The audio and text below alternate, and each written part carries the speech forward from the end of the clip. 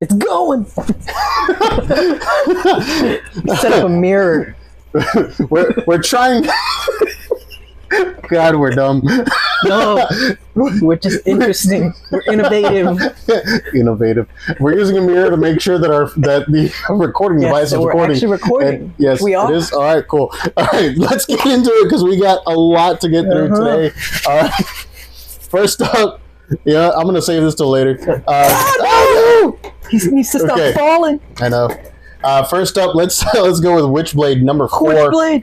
All right, Witchblade number 4. Artwork is still phenomenal as it has been. This is one of the ones that we're just sticking with. That I'm just sticking with. Yeah. Just because one of the longest story. running reviewed. Yeah. I think the longest one that we have is Ultimate Spider-Man. Yes. But yeah, this one, Witchblade number 4. The story is just good. The artwork is amazing. It delves more into Sarah's like state of mind now that she has the Witchblade and her training with one of her stalkers in order to master the Witchblade. But later on, you may find out that the intentions may not be so noble. All right, so what a twist at the end. I'm excited to see where it goes. I mean, it shows her just trying like hell to make sure that the Witchblade doesn't completely take her over, and it's to do that they basically start training in the Matrix dojo. All right, and they even call out that during the whole thing. So it's kind of cool. It's kind of like a tongue-in-cheek kind of thing. Okay. But yeah, definitely pick it up. 4 out of 5. You're not going to be disappointed with it. All right. No. If you like intriguing indie stuff, this is definitely the one. Moving on to we got Batman and Robin. Year 1, number 1. Regale us, Thunder. So regale us. This, a lot of it, like not too much new is brought to it. Like a lot of this, it touches on what we know a lot. You know, why Bruce is wanting to get Dick Grayson out there. You know, become a guy.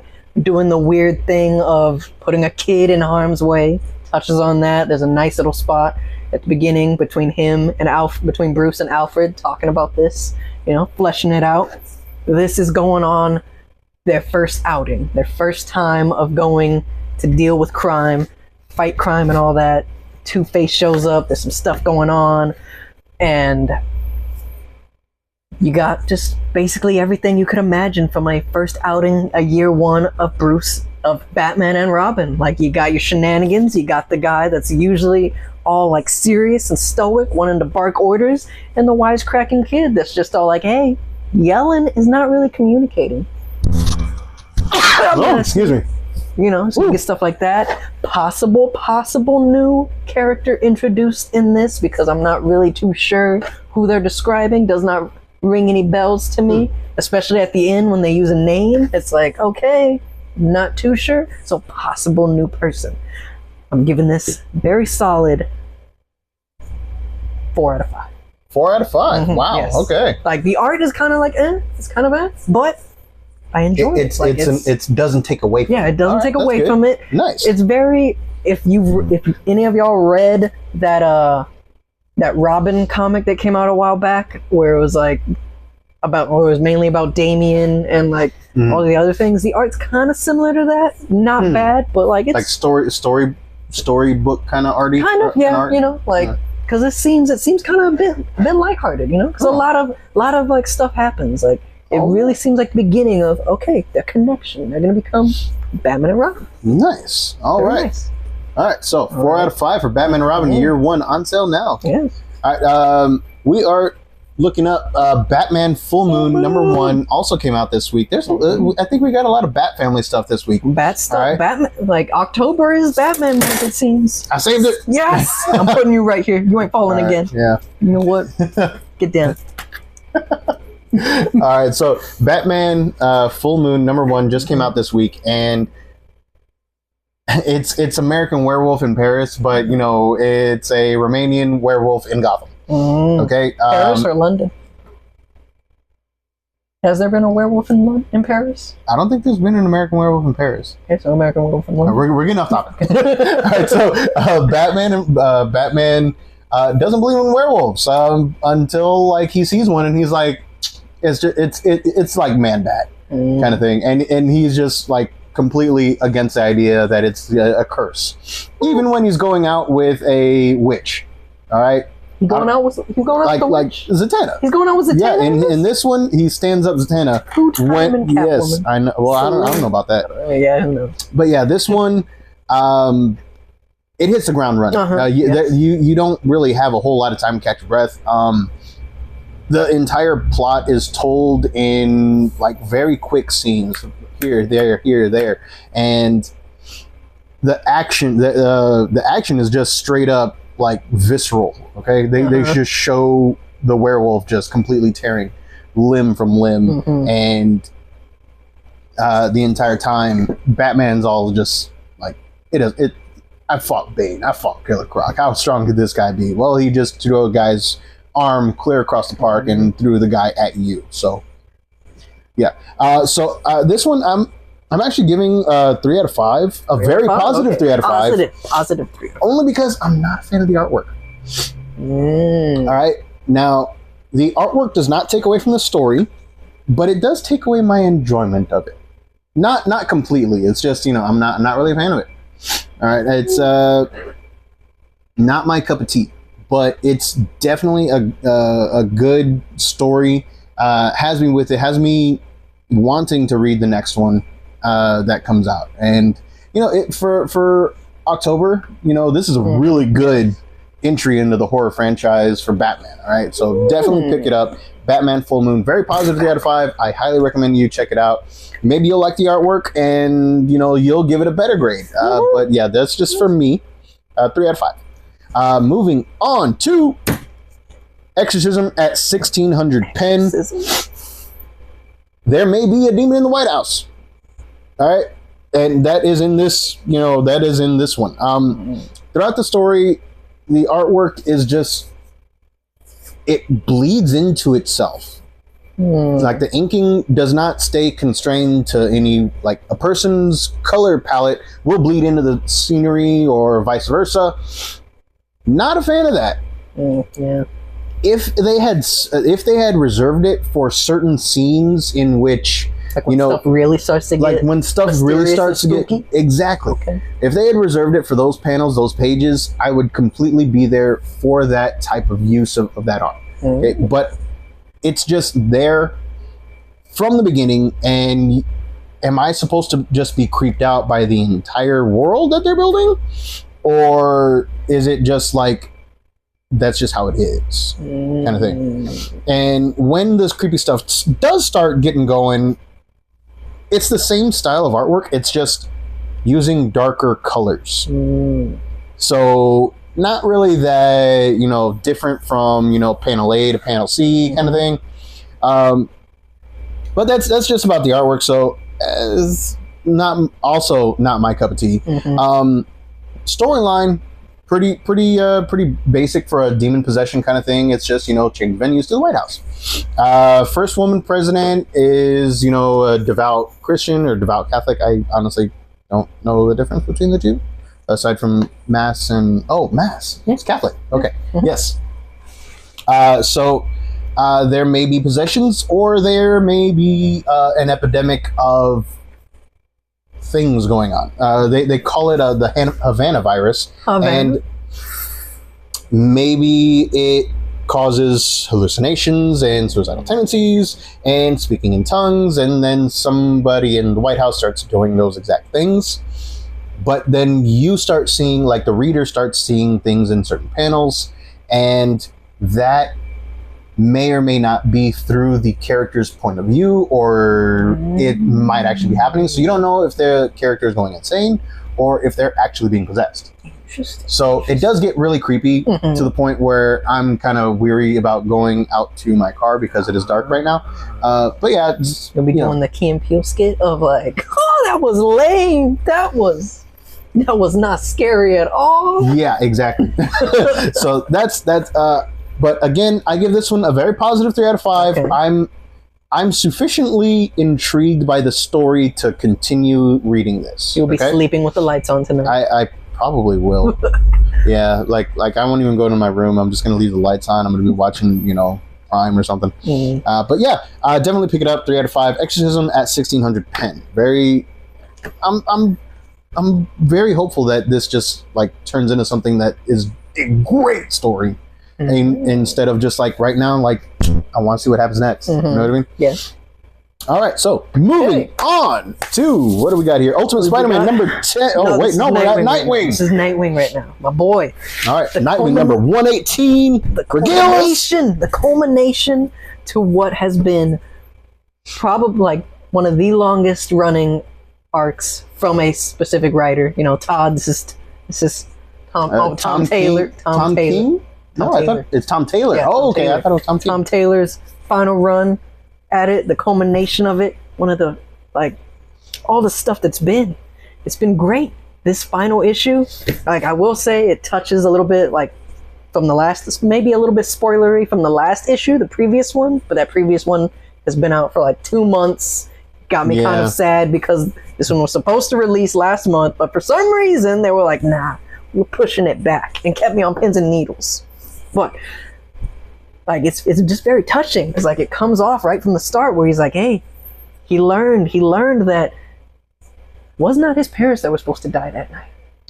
Oh yeah, that was from 117 or something, right? Oh my god. He just, a lot of the stuff that's been going, a big arc that's been going, not just from this 5-issue run, but previous arc is he hasn't really been jumping from building to building anymore. He's not flying anymore.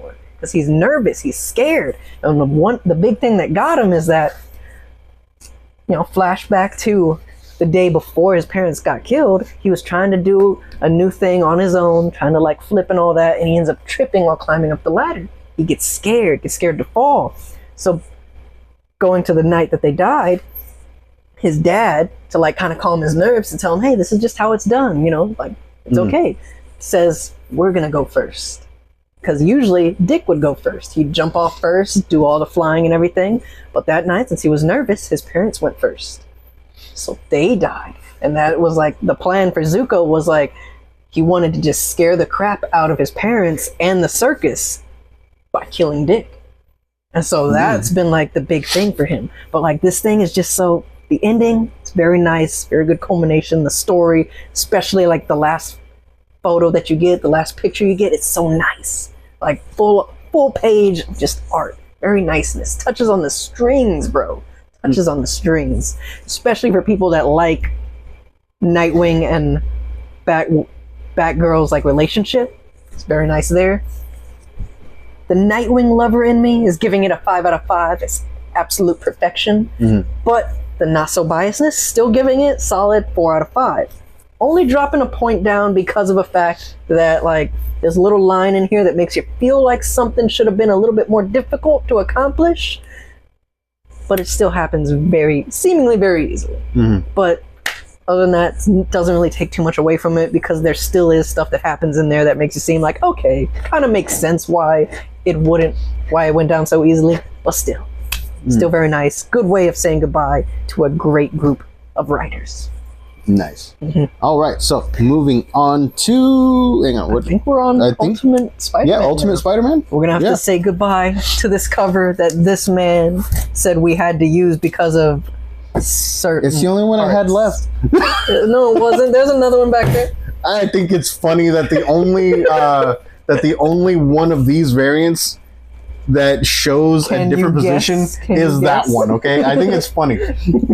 I think it's funny. Exactly. I'm just trying to get you to own up to it. I'll own up to it. It's friggin' hilarious. Not the only cover that you had left.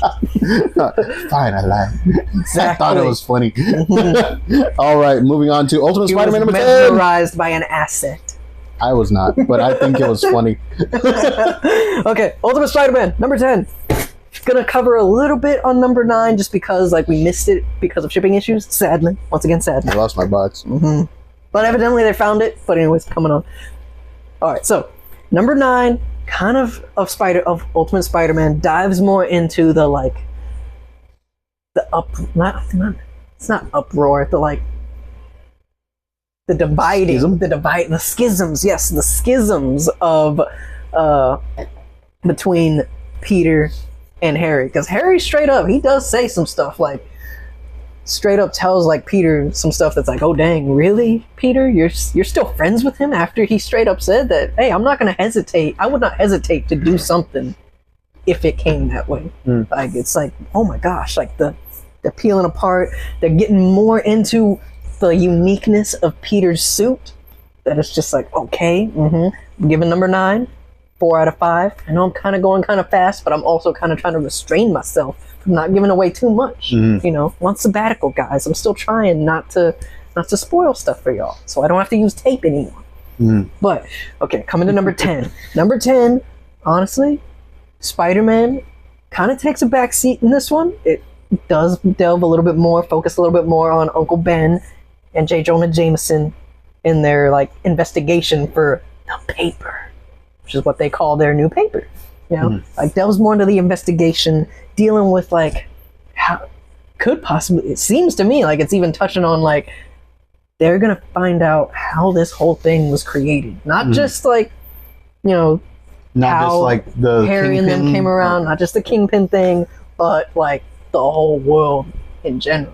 Okay, But, so they're going to be touching on the yeah, maker. it seems like this is gonna be in the nitty gritty of things. Oh, man. Still, and also you get a little bit, you find out a certain something about someone, even though it's like it kind of has been obvious because they haven't exactly shown up. But you do get that little like, oh, sad, like a little sad part in this because it's like I kind of figured, because they haven't shown up, they haven't really been mentioned. Kind of figured it would be, you know, how it is, but still, it's sad to hear it, you know. But either way, still giving this 4 out of 5. Like, it's just, it is, as he has said before, it is basically like the flagship issue of this new Ultimate stuff. Like, it is the flagship storylines. This stuff is just, it is good. It is hitting every time. All right, so 4 out of 5. Definitely pick up Ultimate Spider-Man number 10. Everything is starting to flourish now. It's starting to come I don't know why I took that down. That's the one we're doing next. Exactly. Come on, Zach. It's okay. I don't know. Anyway, moving on to the last one of the night, Moon Knight, Fist of Khonshu, number 1. Now, I friggin' love Jed McKay's writing on Moon Knight. Before him, I wasn't really a huge fan of Moon Knight. Like, I knew the character. I played with him in Marvel Ultimate Alliance, things like that. You know, there was a Versus System card game, things like that. Didn't really know him. And then Jed McKay started writing it, and it was amazing, okay? The artwork in this one also done by Alessandro Capuccio. I really hope that I pronounced that right. If not, I'm sorry. But, like, very few artists that I have seen can make an image just shine on the page when there's no foiling involved at all. And this guy and the inker, they're amazing, okay? I love the artwork. I've loved the artwork since the beginning of the Jed McKay run. And it's just, it's like that's great. how you pronounce it. Right? So it's just great. And diving into this one, right away, I'm going to tell you right now, it's a 5 out of 5, okay? The storyline is very simple. I'll agree Moon with Knight is back from the dead, following the Blood Hunt series, miniseries, and he is pissed. Yes. People have moved in on his territory, and he is having none of it. So, and then beware, a bad moon is rising. Exactly. Like, that was playing in my head the entire time when I read this, okay? And it is just great. The main story is just him making sure that he gets it out there that he's back, all right? Don't mess with Moon Knight. Don't mess with the Midnight Mission. New moon Don't phase, come baby. into his neighborhood. And that's what this is. He's just beating down everybody. Exactly. And then there's a sub-story that kind of reminds me of Detective Soap's story from Welcome Back, Frank. And this one might be Moon Knight's Welcome Back, Frank. Could be. All right. And He's not waning. He's not a waning gibbous. He's a new moon. Exactly. So this one right here, definitely pick it up. The storyline is just, it may sound simple, but the undertones of the secondary story that tie off at the end, Especially the art. is, oh yeah, definitely Making art. a guy shine on paper is not easy through art, but they do a good job at it. And this guy, you know, he gets it. He's, you know, he's an artist. I'm not even that much of a Moon Knight fan. This is the first Moon Knight comic I've ever read. It's still pretty great. Like, it is pretty good. I recommend you read City of the Dead. But yeah, definitely 5 out of 5. And that about does it for our Z's Comics Reviews, episode number 22. Yes. Wow, we're getting really up there. So we're going to go ahead and sign off. But, you know, if you like the rantings, ravings of two madmen, go ahead and give us a like, follow, share us with your friends, and, you know, check out our business pages, our, you know, social medias, all that stuff, Insta, Facebook, whatever. I'm going to be putting the links in there in the descriptions as well. And yeah, we'll see y'all guys next week. And our new video, our new movies, TV, and video, that one is going to have more news from the comic world because we just ran long on this. That'll be the Absolute Wonder Woman next week. Oh yeah, Absolute Wonder Woman comes out next week. Expect our review prompt. All right, we may even do a preview. We may even do a preview this weekend. Could be. I'm not sure. We don't know. I gotta look at my contract to see if I can do it. See if we're that big enough yet. Yes. So we will see you guys next time. Thanks for watching.